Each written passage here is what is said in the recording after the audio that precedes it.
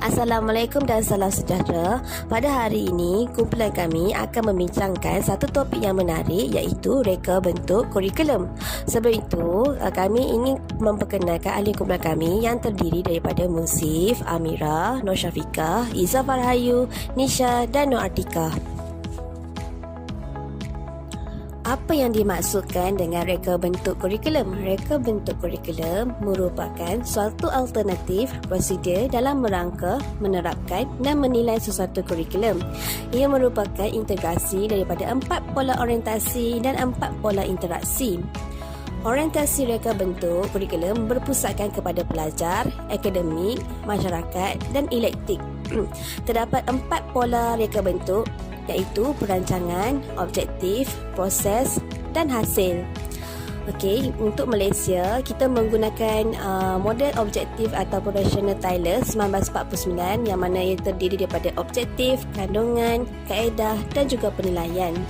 Terdapat 2 cara susun atur kurikulum yang terdiri daripada dimensi menegak, iaitu turutan dan kesinambungan. Untuk dimensi berdata terbahagi kepada skop, imbasan dan integrasi. Manakala untuk teori pembelajaran terbahagi kepada 2, iaitu behaviorisme dan konstruktivisme. Terdapat 4 asas ilmu dalam pembinaan kurikulum, iaitu falsafah, psikologi, sosiologi dan juga teknologi. Untuk falsafah, ia merupakan teori realiti, ilmu dan nilai. Untuk psikologi pula, ia merupakan teori pembelajaran dan motivasi. Untuk sosiologi, ia merupakan teori sekolah dan masyarakat. Manakala untuk teknologi pula, ia merupakan teori sistem komunikasi dan maklumat. Untuk teori kurikulum terdiri pada 4, iaitu teori disiplin mental, teori saintifik, teori fungsi dan teori berasas sekolah. Untuk fenomena kurikulum pula, ia terbahagi kepada 4, iaitu reka bentuk kurikulum, kemudian pembahagian kurikulum, selepas itu liputan kurikulum dan juga perkembangan kurikulum.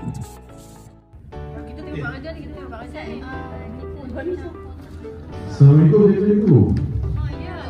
Saya ada dengar satu audio ni tentang isu subjek akademik. Cuba dengar dulu, lepas tu saya nak dengar lah apa pendapat itu semua. Okey, jom saya pasang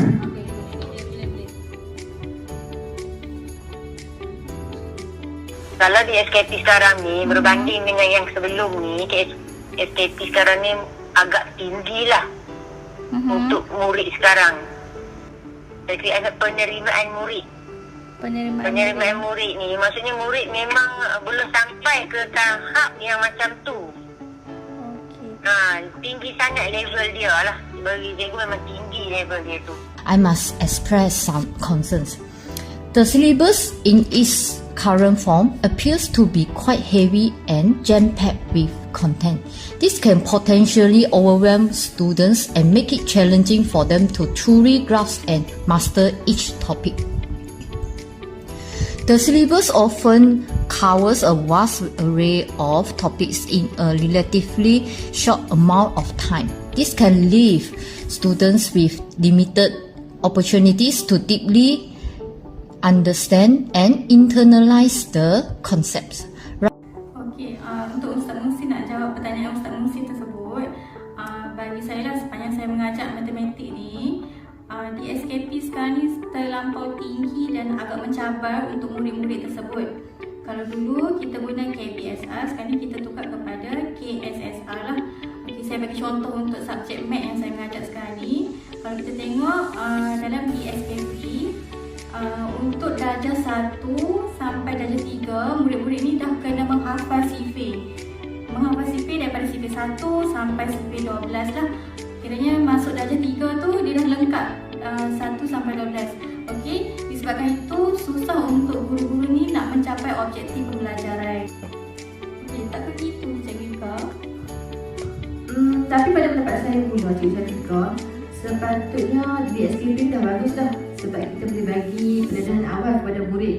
So bagi saya, cikgu mainkan peranan yang lagi penting, iaitu kita kena sama ada guru ni yang baru, yang kurang pengalaman, kita adakan khusus untuk meningkatkan penguasaan mereka dalam bidang silibus tersebut.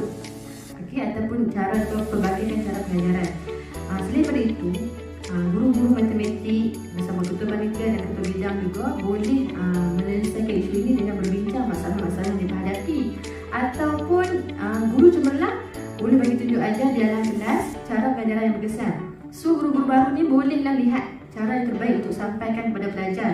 Selain daripada itu juga, Cikgu Fika, kita juga boleh buat penilaian. Guru cemerlang boleh masuk kelas kepada guru yang kurang pengalaman bagi penilaian dan bagi cadangan untuk penambahbaikan. Itu pendapat saya lah. Bagaimana cikgu yang lain pula? Pada pandangan saya, Cikgu Rika, keupayaan murid untuk mengingat CV pada umur 7 hingga 9 tahun tak mencapai tahap mereka, kerana pada umur 7 tahun adalah fasa untuk murid mengenal operasi tambah dan tolak, dan bagi saya belum sesuai untuk umur 7 tahun dulu untuk menghafal CV yang lengkap dari CV 1 hingga CV 12. Apa pendapat Ustaz? Kita ni cikgu, pelajar-pelajar ni dia ada punya pelbagai keupayaan untuk menerima pembelajaran. Contohnya macam ada yang pelajar ni dia cenderung dengan muzik, ada yang kinestetik, ada yang bahasa dan ada juga yang ruang. Kalau dari segi muzik, kita boleh aplikasi dengan buat lagu untuk CV. Macam dulu yang CV tu macam 1 darab 1 1. Bagaimana pula dengan pendapat Cikgu Mira? Okay, pada pendapat saya pula, Cikgu Sin, untuk mengajar, walaupun saya tak ajar subjek matematik, tapi saya tengok topik untuk ajar subjek matematik ni agak banyak. Masa yang diberikan tu pula agak singkat. Mungkin oleh sebab tu lah saya tengok murid-murid ni ada sebahagian yang mengeluh. Macam cikgu susahnya subjek matematik ni sebab topik tu banyak yang nak kena hafal.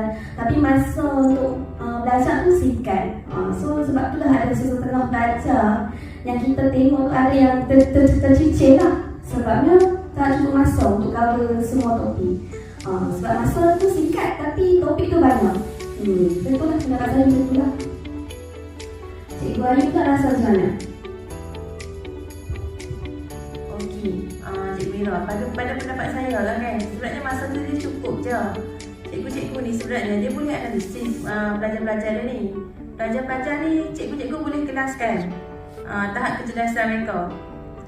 Contohnya murid yang cemerlang boleh buat latihan pergayaan. Bagi murid yang lemah pula, kita bagilah pemulihan. Saya ni sanggup je waktu rehat kalau nak tolong ajak mereka.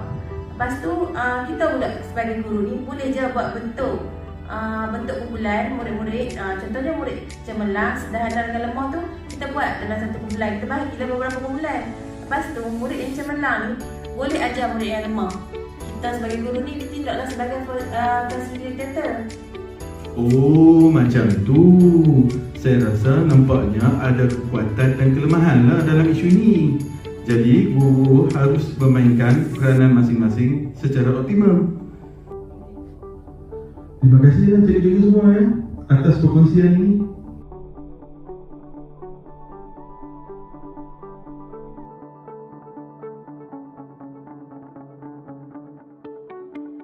Kesimpulannya, reka bentuk kurikulum di Malaysia telah mengalami banyak perubahan. Hasil daripada perbincangan bersama ahli kumpulan, masih banyak yang perlu diperbaiki dalam reka bentuk kurikulum ini agar ianya seiring dengan perubahan waktu. Sekian sahaja daripada kami. Terima kasih.